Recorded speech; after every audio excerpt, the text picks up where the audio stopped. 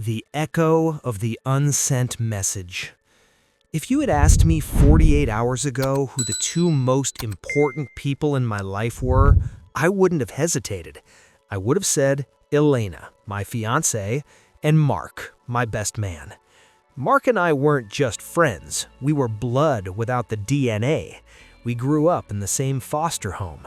We shared clothes, we shared secrets, we scraped our knees on the same asphalt. When I got my first paycheck, I bought us steaks. When he got his heart broken, I drove 6 hours through a snowstorm just to sit in silence with him. He was the brother the universe forgot to give me. And Elena? Elena was the sun. She walked into a room and the shadows retreated. We were getting married at the lakeside estate her parents owned. It was going to be the wedding of the decade. The betrayal didn't happen with a bang. It happened with a click. It was Thursday night, 2 days before the wedding. I was in the hotel room finalizing the video montage for the rehearsal dinner. You know the kind. Baby photos, awkward teenage years, pictures of us dating. It was supposed to be a surprise for Elena. I needed one specific video file from Mark. He had filmed the proposal for me 6 months ago. He gave me his external hard drive and said, "Just grab the folder marked proposal, don't look at my embarrassing selfies." He laughed. I laughed. He clapped me on the shoulder and went to the bar to meet the other groomsmen. I plugged the drive into my laptop. I found the folder, but right next to it, there was a folder named Audio Backups iPhone. My finger hovered over the mouse. I wasn't snooping, I was just looking for a specific song we had used during a road trip, thinking maybe he had it saved there.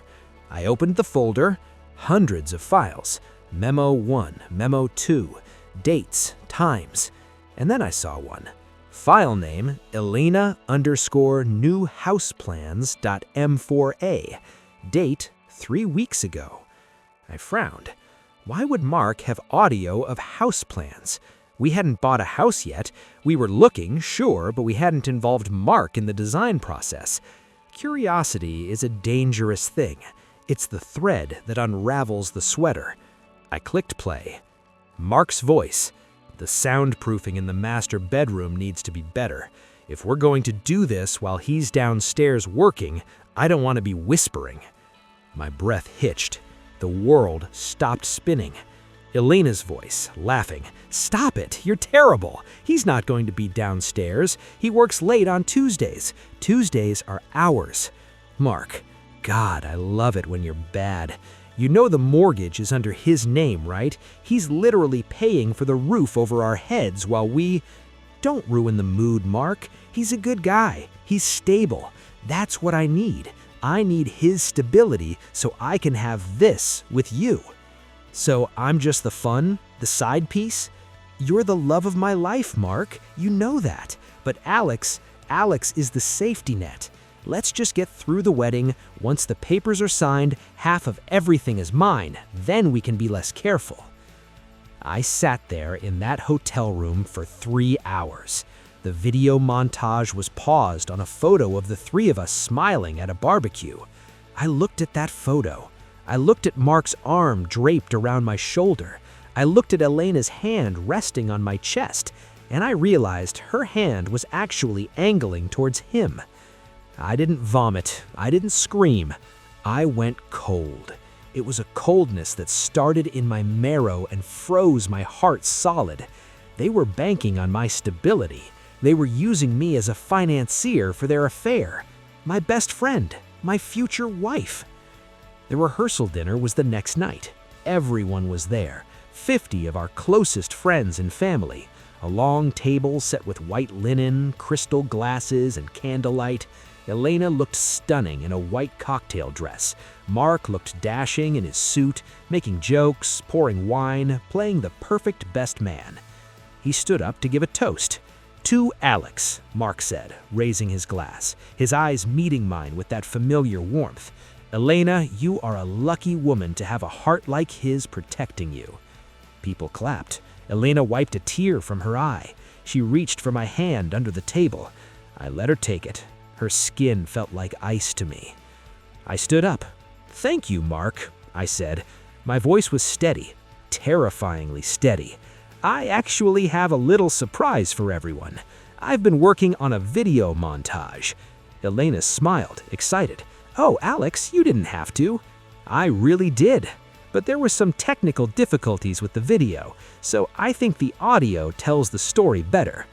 I walked over to the DJ booth, I plugged my phone into the aux cord, the speakers hummed, the room went silent, expecting a romantic song. I looked Mark dead in the eyes. I saw the confusion flicker on his face. Then I looked at Elena. She was smiling, taking a sip of her champagne. I pressed play. Mark's voice boomed through the speakers. "If we're going to do this while he's downstairs working, I don't want to be whispering." Mark dropped his glass. It shattered on the floor. The sound was like a gunshot. Elena froze, the glass halfway to her mouth. Elena's voice. "He's a good guy. He's stable. That's what I need. Once the papers are signed, half of everything is mine. Then we can be less careful." The room didn't just go quiet, it became a vacuum. You could hear the hum of the air conditioning. You could hear the blood rushing in your own ears. My mother gasped, a sound of pure horror. Elena's father stood up, his face turning purple. I let it play until the end, until the part where they kissed, the wet, sickening sound of their betrayal, amplified for everyone to hear. Then I cut the music. I stood there, alone in the spotlight. There will be no wedding, because the bride is in love with the best man, and the groom is done being the safety net. Mark tried to step toward me. "Alex, wait, it's not what—" "Don't," I said. I didn't yell. "If you take one more step, Mark, I will kill you, and I won't lose a wink of sleep over it." He stopped. The fear in his eyes. That was the first honest thing I had seen in him in years. I looked at Elena. She was crying now, mascara running down her face, reaching out to me. "Alex, please, it was a mistake. I was scared." "You weren't scared, Elena. You were calculated. You wanted my money and his bed. Now you have neither." I walked out of the banquet hall. I walked past the decorations I had paid for. I got into my car, and I drove. I drove for 4 days. I didn't know where I was going. I just needed to put miles between me and the ruins of my life. It's been a year now. I sold the house. I moved to a different city. I started over.